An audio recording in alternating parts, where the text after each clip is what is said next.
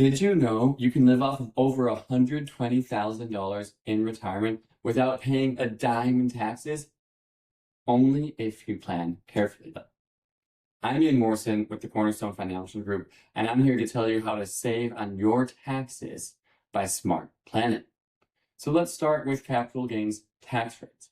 Long-term capital gains, meaning the money you made on stock you held for over a year, is taxed at a more favorable rate than ordinary income.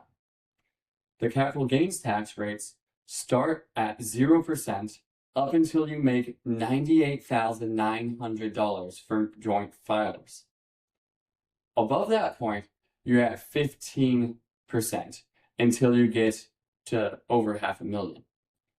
That means you can have almost $100,000 of taxable income and still not pay a dime in capital gains rates.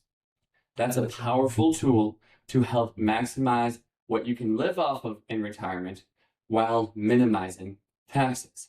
So let's take a quick scenario. Let's say you're retired, you're 65 years old, you and your spouse together have $60,000 of Social Security, but you want to live off of more than $60,000. You want to live off of, say, $120,000, maybe even more. However, you're super tax sensitive and you say, no, we don't want to pay more to Uncle Sam than necessary. Well, that sounds like a very prudent thing. So you want to live off of $120,000. You've got $60,000 coming in from Social Security, which, as long as there's no other income, that's not taxable. When you start getting other income, that becomes a complex equation and can start becoming taxable. But then you've got another $60,000 you need to meet that $120,000 goal to live off of. Where does that come from? Well, you could take it from many places. If you've got an IRA, you could take it from that, and it would be fully taxable as ordinary income. If you have a Roth IRA, you could take it from that, and that would come out completely tax-free. And that might be the best option. But those are also very powerful tools if you have a desire for legacy planning and passing it on to your heirs. Roth IRAs are powerful for that. The other place you can take it from is a brokerage account. Just a normal taxable account, the type you just go open up anywhere and just throw money into. Some people have started calling these superhero accounts because of their flexibility and the way in which they can really help.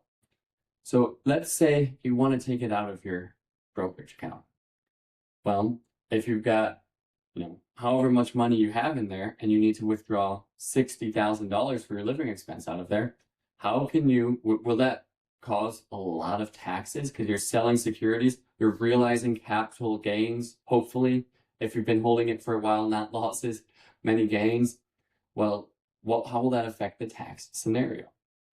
Remember, like we said, as long as your taxable income stays beneath $98,900 for joint filers, that capital gains tax rate is 0. So your $60,000 from Social Security, only a portion of that's going to go into your taxable income, meaning you can realize $30,000, $40,000 or more of capital gains potentially without paying a dime in capital gains tax, assuming it's long-term capital gains and there's no other income. What you have to watch out for that's going to get you before capital gains tax gets you is Social Security will start getting pulled in and be taxable. Now, for the first lot of that, your standard deduction is going to cover you. That's $30,000, meaning even if $30,000 of Social Security is taxable, your standard deduction is going to take that away, which is a little over $30,000 for joint filers this year. Now, I know it gets a little complex, and I'm not going to go into all the details of how Social Security tax gets roped in with the income. That'll be for another time. But all this to say, if you're taking out $60,000 from that brokerage account, and you have to sell securities to pull that money out. Well, when you sell securities, you're realizing gain. If you paid $30,000 for those stocks, bonds, mutual funds, whatever it is, and they've grown to now be worth $60,000, you're realizing a $30,000 capital gain. But if you're careful, you might not have to pay a dime on that. And if you're careful to keep it under certain thresholds, you won't have to pay a dime on Social Security either. You could be living off that $120,000 you want to live off of without paying a dime in capital gains, or ordinary income, or any tax for that matter. You're avoiding Uncle Sam while still having the lifestyle you want to have. That's powerful. Now, there's a lot of nuance to it.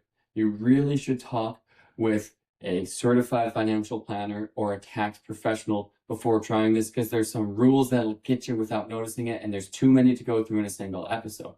But if you're interested, go ahead and give us a call. We're the Cornerstone Financial Group. We've been committed to helping families build firm foundations with their finances for over 30 years. My dad started the company with his dad. We are an example of generational legacy planning, and we want your family to have that same story.